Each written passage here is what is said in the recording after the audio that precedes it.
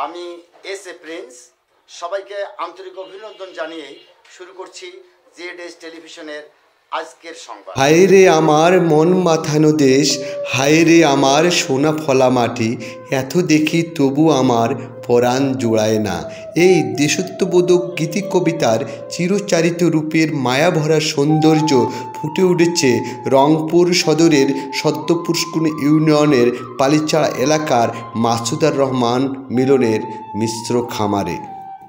আমার বাসায় ইউনিয়নেই, আমি এখানেই ছোটো থেকে আলো বাতাসে বেড়ে উঠেছি। আমি একসময় রাজনীতির সঙ্গে জড়িত ছিলাম এবং একসময় আমি রংপুর সদর উপজেলা পরিষদের ভাইস চেয়ারম্যান নির্বাচিত হই। 4.5 বছর ভাইস চেয়ারম্যান দায়িত্ব পালন করি এবং পরবর্তী 6 মাস ভারপ্রাপ্ত চেয়ারম্যানের দায়িত্ব পালন করি। আমার এখানে মূলত 900 শতকের মতো জায়গা, 9 একর জায়গার উপরে আমি একটি স্বপ্ন নিয়েই কাজ শুরু করেছি। আমি একটা গ্রামের ঐতিহ্য আপনারা জানেন সকলে, সেটি হচ্ছে যে আমরা মাছে ভাতে বাঙালি, এই প্রবাদটি এক সময় ছিল।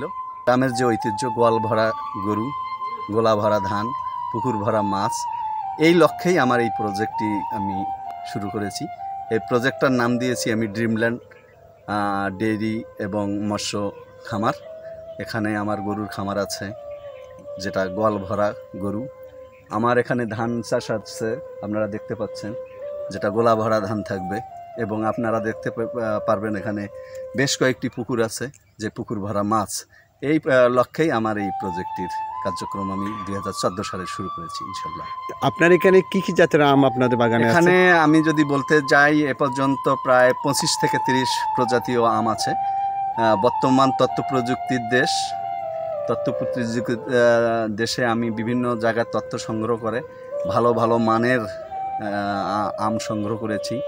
এখানে পৃথিবীর সবচেয়ে দামি আম, যেটি আমরা সকলে জানি, সূর্য ডিম, সে সূর্য ডিম আম আছে। এখানে মিয়াজাকি আম আছে, এখানে কিংচাকা পাত আছে, এখানে বাড়িফোর আছে, এখানে রংপুরের যে ঐতিহ্য হাড়িভাঙ্গা আছে, রাজশাহীর খিরসা আছে, হিমসাগর আছে।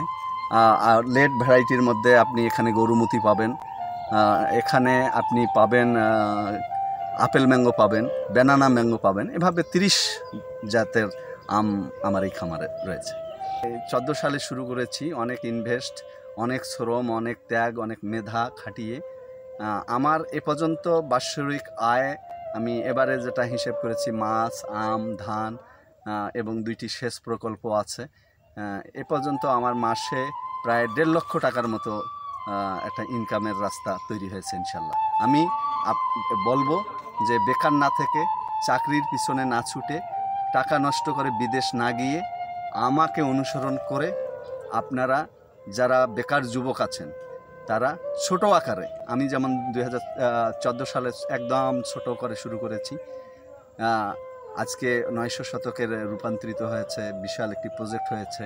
আপনারা সকলেই চাকরির দিকে না ছুটে আত্মনির্ভরশীল এবং একজন উদ্যোক্তা হিসেবে নিজেকে তৈরি করবেন, এই আশা আমার বর্তমান যুব সমাজের কাছে। চাকুরি নয়, নিজেই উদ্যোক্তা হয়ে স্বনির্ভর হওয়ার স্বপ্ন জুগিয়েছেন যুব সমাজদের। News desk, ZS television.